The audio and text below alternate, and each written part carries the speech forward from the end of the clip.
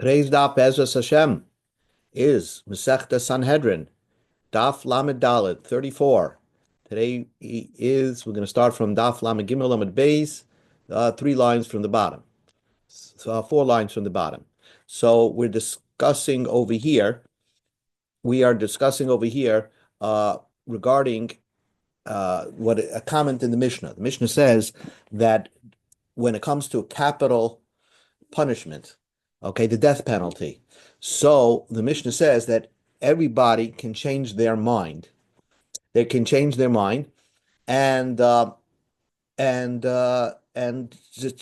go in the reverse. They can go and say, not in that direction. They can only say that the man is innocent. They cannot revert and say the man is guilty. So if you made up your mind that the man is innocent,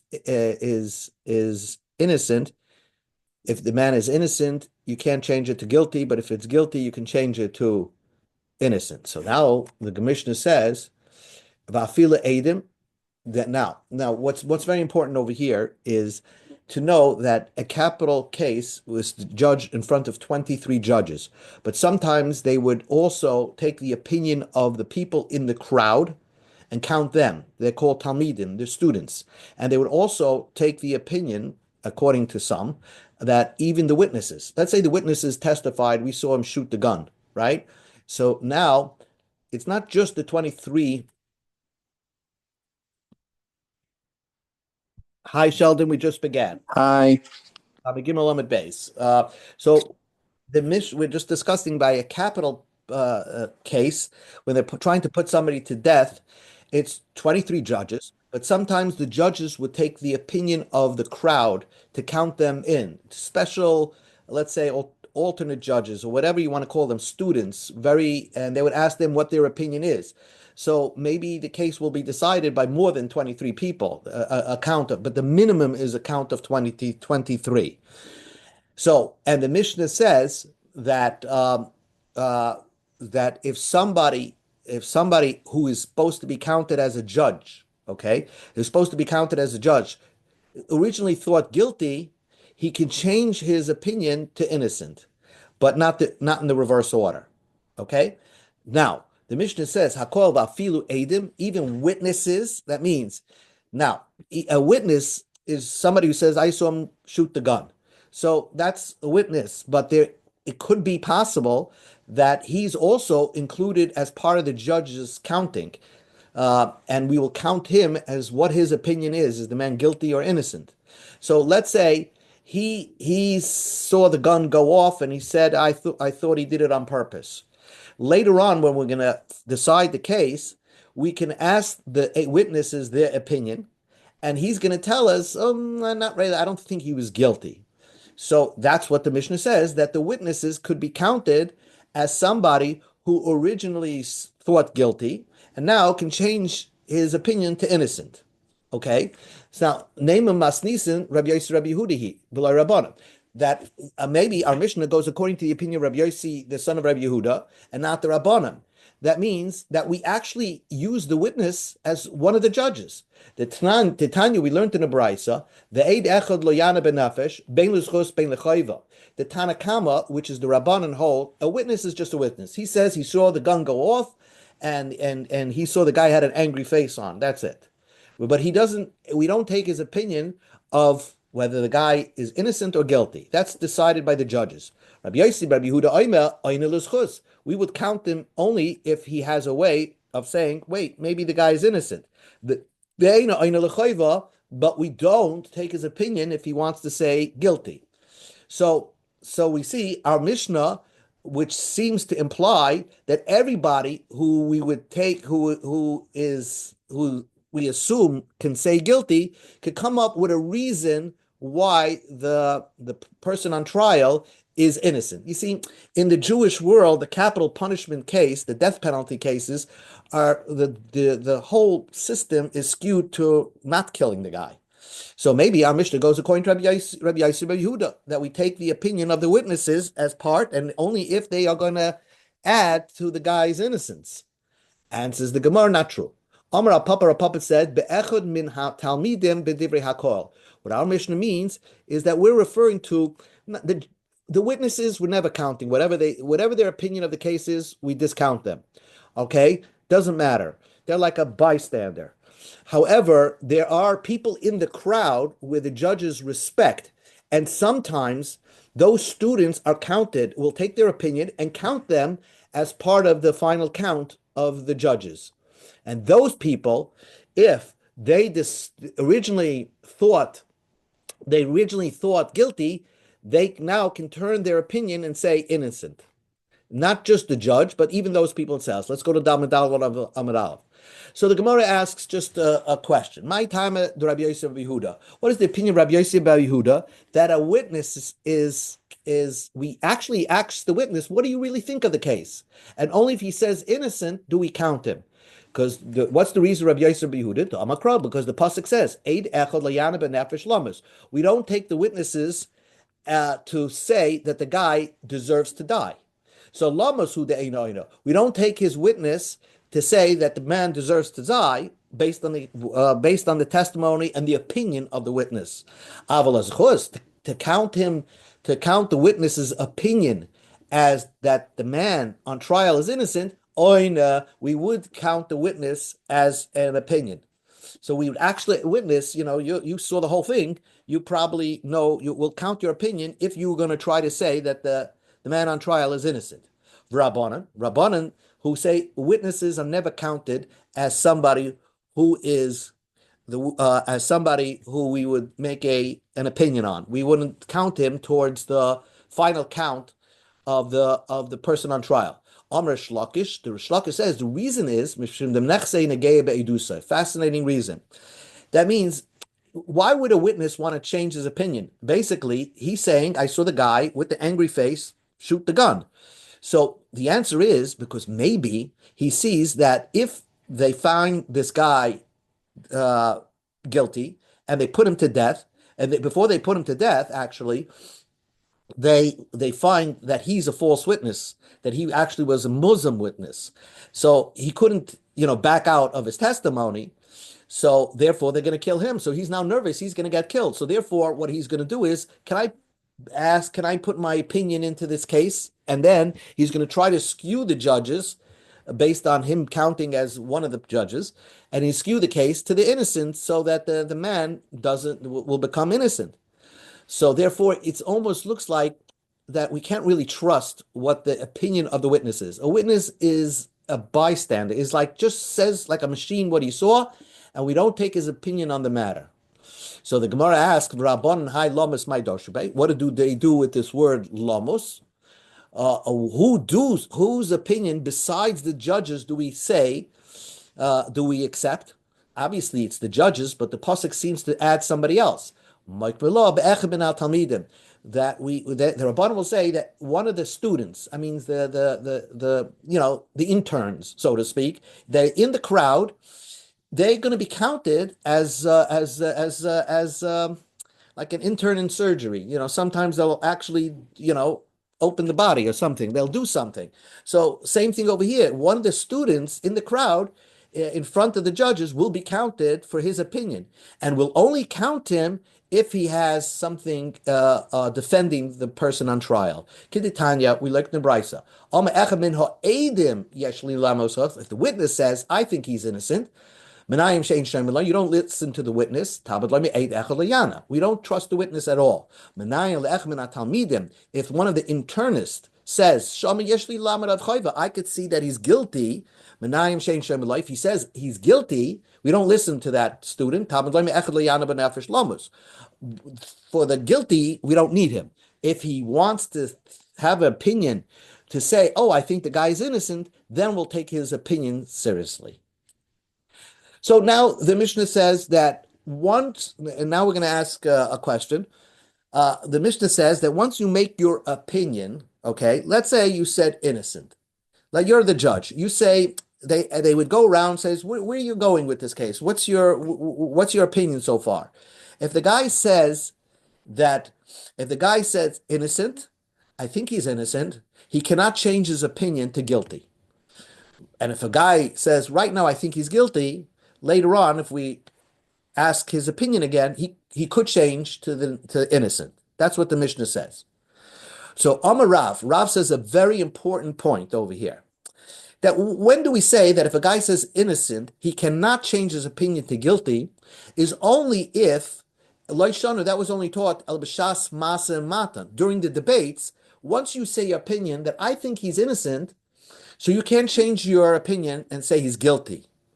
Aval b'shas gemar din, when they come to the final, when you're writing your opinion on the paper, let's say your vote on the paper, if you feel as a judge that perhaps the guy's guilty, you could change your opinion. Melamed chuz, even though you during the debate you were seeing the guy as innocent, choizer melamed choiva, you can turn it around and have the guy turn guilty. And that's a very important point because you still got to be honest about it. Could be when you started debating the case, you thought the guy was innocent. Don't let anybody know that you're changing your opinion. But when it comes to the final count and your name is on the line, you could change your opinion and say, I think he's guilty. So that's a big thing because reading the Mishnah plain, you would think that once you think innocent, you never can change to guilty. That's not true. So the first Gemara challenges it, and then the Gemara agrees with it. Meisvei, we learned in the Braisa, Lamachras Mashkim Muvayim. The next day, and usually during a capital punishment case, right?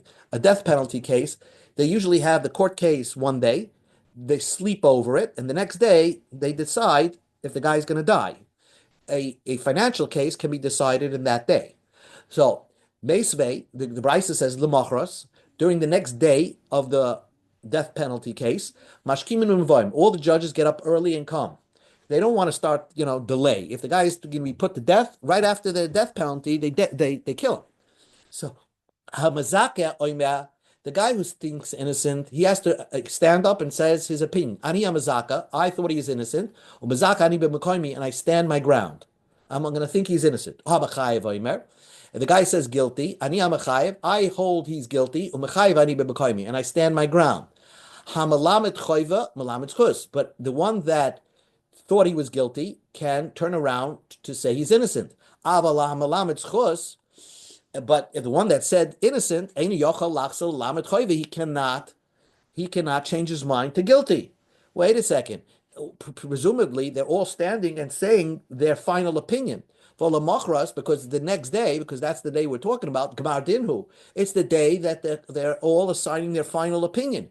So therefore, we see that if you said innocent, you have to stick with it even when by the final count. Answers the Gemara, Tamech, who says that the next day they're still not debating? L'machras, the next day, they don't re-debate the whole matter. Kikitoni b'shas masaman. During the debate, yes, if you thought innocent, you can't change to guilty. But, like Rav said, when it comes down to it and you're writing your name on the paper, you could say guilty, even though you announced your opinion was innocent. Toshma, come in here. Toshma, okay. Toshma, come in here. I'm going to start, because it's a long daf, I'm just going to get to the basic points. Toshma, come in here. Donin elu kineged elu. The Mishnah says that sometimes the maximum of a death penalty case, because let's say the Dayanim can't agree, you always add on till the number 71. But to put somebody to death, it's like a lahavdala basketball game. You have to win by 2. So he has to have 2 more guilty than innocent. The Mishnah says that let's say you have 71, and it's 35 versus 36. So you can't make a stalemate. There's no such a thing as stalemate. Either it's innocent or guilty. Or you don't say mistrial. So done elu kineged elu, they keep working at it. The judges until the guy who said guilty changes his mind to innocent. So then you'll have 2 saying more that are saying innocent. Let's say 37 versus 35. So you'll have 36 versus. You have 2. I'm sorry. You'll have 36. You'll have 37 versus 34. The bottom line is 37 versus 34. But you'll have the majority saying innocent. V'im isa. But if it's true that a guy who originally said innocent can change to guilty when it comes to the final count, listen to Ami Ibcha. Let the Brisa or let the Mishnah say the opposite case. Let the guy who said innocent turn his opinion to guilty. So it must be not like Rav, that once you think innocent, you can never change to guilty. And says the Gemara, not true. Tana's chus kamahada, achoyvet loy kamahada. The Tana was looking to always try to have the Mishnayos where the guy walks away innocent and doesn't get the death penalty. But it's true. A man could get the death penalty, even though the judge, according to Rav, one of the judges thought initially that you're innocent. He could change his mind when it comes to the final count. Okay, let's just go down to over here. Tashma coming here. Shnei Seifri Adayanim Oimdin Lefneim Echad Minem Miyamin V'Echad Min Hasmol. That there were two judges, two writers, scribes, that would stand near on the right side and the left side.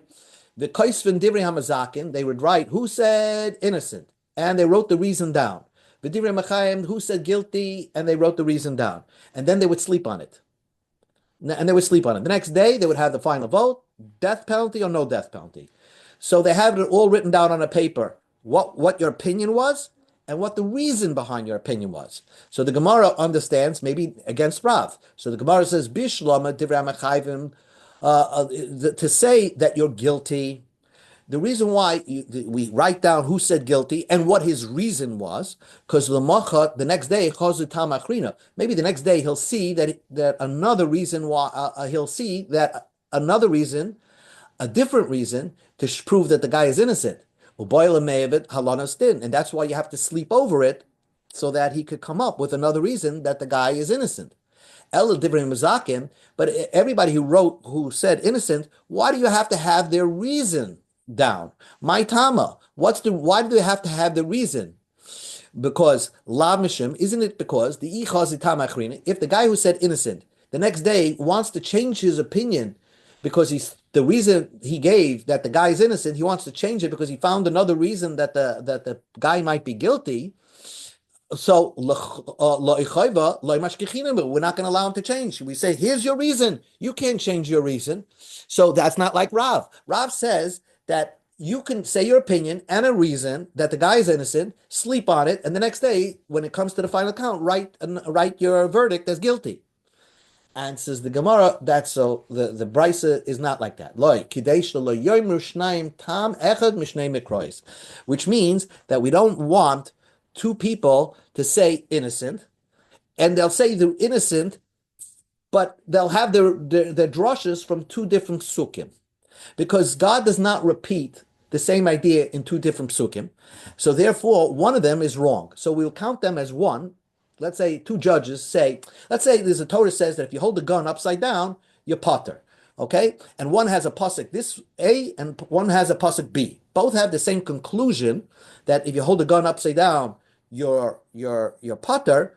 But since they're bringing it from two different psukim, one of those judges doesn't know how to learn.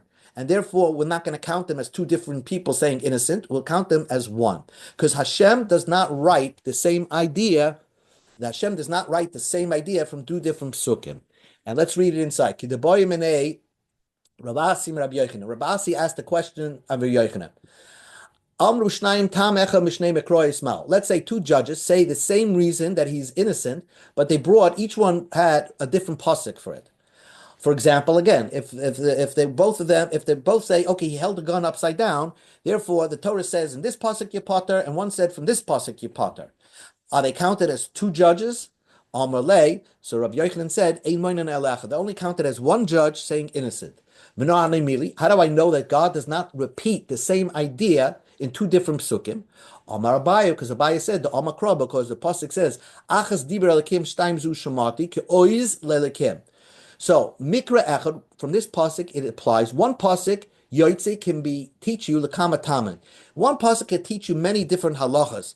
The ein tam echad, but one halacha cannot come out Yoitze mikama makrois, cannot be repeated from different psukim. God only says the halacha once, but he will never say it the same idea in two different psukim. But one pasuk can teach you many different ideas.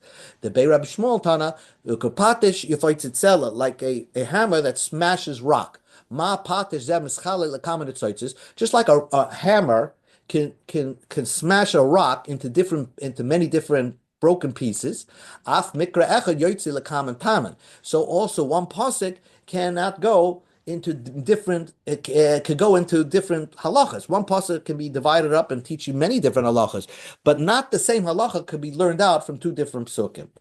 Okay, and then the Gemara just gives you a couple examples of that. I'm just going to switch over to the second part of this daf, which is on Amud Beis. Let's go. Let's go to another thing. So just to conclude that piece of the Gemara, Rav said at a very important point, which means that you can say innocent.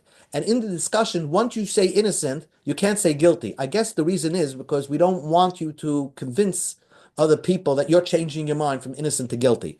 But privately, when it comes down to the final count, if you're a judge and you feel the guy is guilty, even though you thought he was innocent originally, you could change your opinion.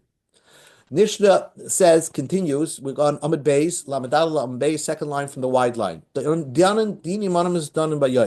That financial cases start during the day. Let's say you start a financial case at like 2 o'clock in the afternoon, you could finish it up at 7 o'clock at night, right? Rab Chia Bar said, because the pasuk says, that dinim can happen at any hour. A judgment can happen at any hour.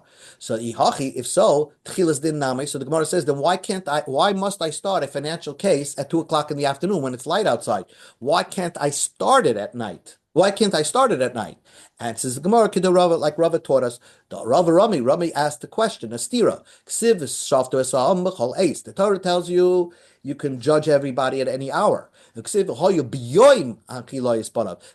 the judgment has to happen during the day.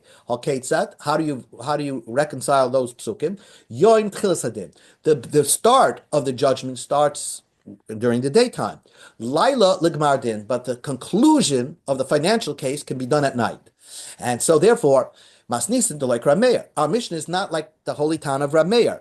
Rameir holds that even a financial case has to end during the daylight hours. The Tanya, we learned in the Braisa, Hoy Rameir Oimer. Meir used to say, Ma Talmud Loim Al Piyam Yil Kol Riv Kol Nega, that the Torah compares a financial case like the case of a kohen deciding if a guy's blemish on his body is a nega and he's tameh. Why does the Torah juxtapose a financial case with a nega case? There's a juxtaposition between a financial case to a nega. Nega can only be paskin during the day. To decide if a nega is tameh or beheres, if it's then it can only, and you're a mitzayra, can only be during the day. The Torah says by nega it has to be during the day. So also the financial cases also have to be cited during the daytime. So a mayor holds that it cannot end at night like our Mishnah, but it has to end during the daytime.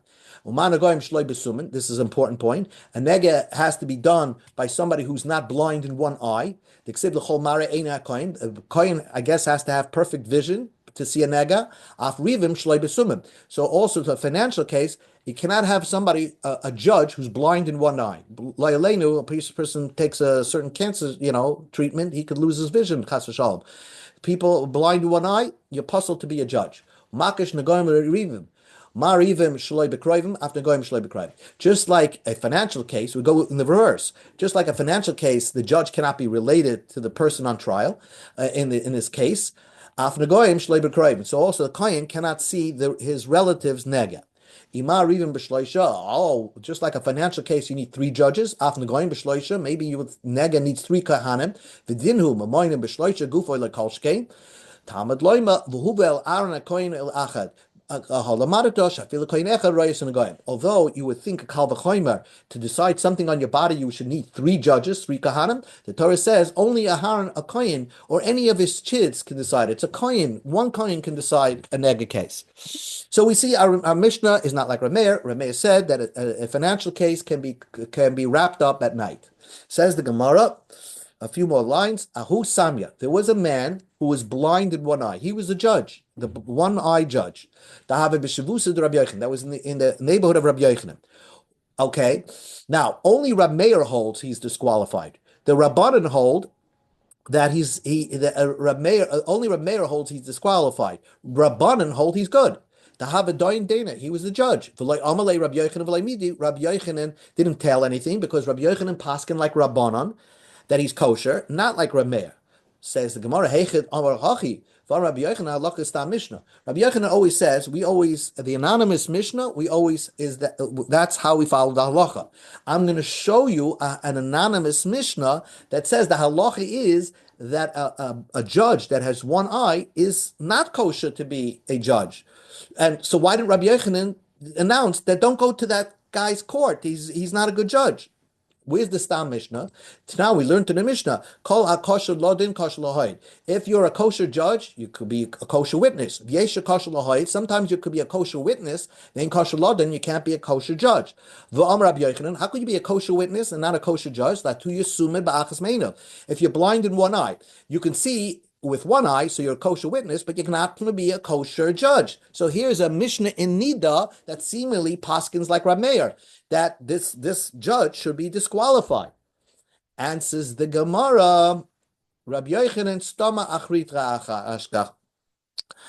Rabbi Yochanan found another Stam Mishnah.